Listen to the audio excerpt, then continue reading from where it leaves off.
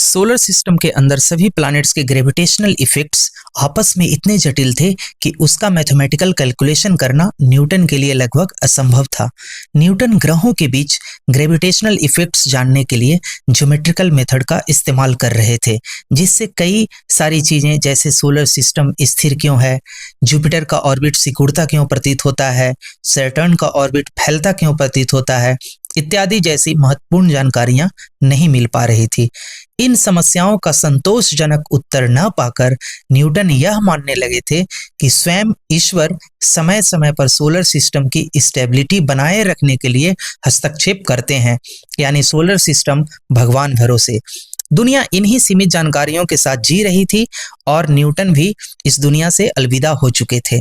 कई लोगों का यह मानना था कि शायद अब सोलर सिस्टम के रहस्यों का पता कोई और न लगा पाएगा, और तभी एस्ट्रोनॉमी में एंट्री होती है दुनिया के मशहूर फ्रेंच फिजिसिस्ट, मैथमेटिशियन और एस्ट्रोनॉमर लैप्लेस की। लैप्लेस ने न्यूटन के मैकेनिक्स में कैलकुलस का तड़का और डिफरेंशियल इक्वेशन का मसाला डालकर एक लाजवाब जायका तैयार किया। जिस प्लैनेट्स के बीच कॉम्प्लेक्स ग्रेविटेशनल इफेक्ट्स को न्यूटन के ज्योमेट्रिकल मेथड द्वारा सोल्व करना मुश्किल था, उसे लैप्लेस ने कैलकुलस अप्लाई करके चुटकियों में सोल्व कर दिया। यही नहीं, अभी रुकिए, न्यूटन ग्रेविटेशन को सोलर सिस्टम में सिर्फ दो बॉडीज तक ही लगा पा रहे थे, जैसे मून और अर्थ के बीच में या फिर अर्थ और मार्स के बीच में, लेकिन लैप्लेस ने उसे पूरे सोलर सिस्टम पर एक साथ अप्लाई कर दिया। लैप्लेस ने न्यूटन के ग्रेविटेशनल प्रिंसिपल को पूरे सोलर सिस्टम पर अप्लाई करके प्लैनेट्स के थ्योरेटिकल ऑर्बिट और एक्चुअल में ऑब्जर्व्ड ऑर्बिट के डेविएशंस का सफलतापूर्वक अध्ययन किया। लैप्लेस प्लैनेट्स का पोजीशन और ऑर्बिट जानने के लिए परटर्बेशन थ्योरी और प्रोबेबिलिटी का भी इस्तेमाल किया। लैप्लेस ने डिफरेंशियल इक्वेशन सोल्व करने के लिए एक strong mathematical tool Laplace transformation भी दिया। तो आइए जानते हैं कि इतने महान लैप्लेस थे कौन। लैप्लेस का पूरा नाम पियरे साइमन लैप्लेस है। इनका जन्म 23 मार्च 1749 को फ्रांस के एक गांव में हुआ था और इनके माता पिता किसान परिवार से थे। लैप्लेस के माता पिता चाहते थे कि लैप्लेस रोमन कैथोलिक चर्च का पादरी बने या बिशप बने, जिसके लिए लैप्लेस को 16 वर्ष की आयु में धर्मशास्त्र की पढ़ाई के लिए उसे केन यूनिवर्सिटी भेज देते हैं। कॉलेज जाकर लैप्लेस का मन धर्मशास्त्र में बिल्कुल भी नहीं लगता है और वो कॉलेज में एस्ट्रोनॉमी, मैथमेटिक्स आदि की किताबें ही पढ़ते रहते हैं।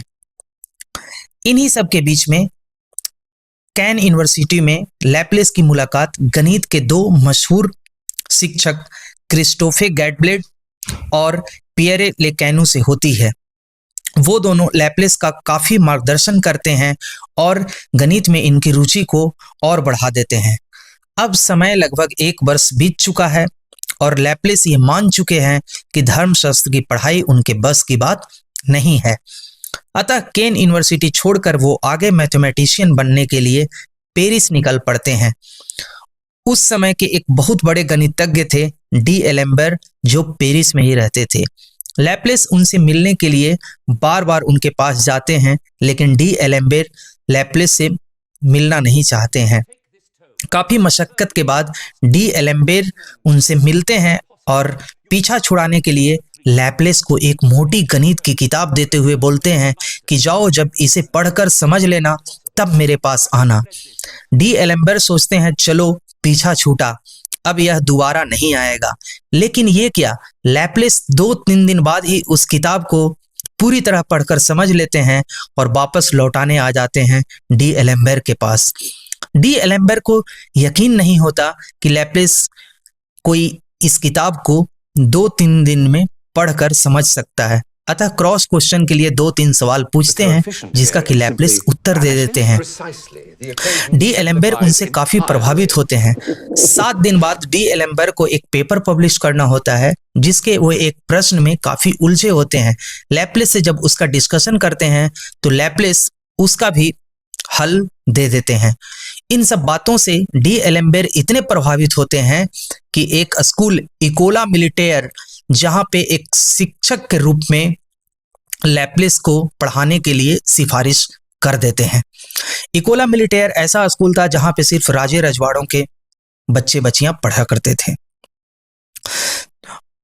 वहां पे शिक्षक बनने के बाद 1771 से 1787 तक 16 वर्ष में लैप्लेस एक से एक प्रयोग करते हैं और खास करके एस्ट्रोनॉमी में तहलका मचा देते हैं। 1780 में लैप्लेस एक अन्य रसायन शास्त्री के साथ मिलकर अपने बनाए गए यंत्र आइस कैलोरीमीटर से प्रयोग द्वारा यह सिद्ध कर देते हैं कि रिस्पायरेशन यानी कि श्वसन जो है एक कंबशन प्रोसेस है। Speed of sound in air, हवा में साउंड की स्पीड 332 मीटर पर सेकंड होती है, जो कि एक्सपेरिमेंट द्वारा पता लगाया गया है।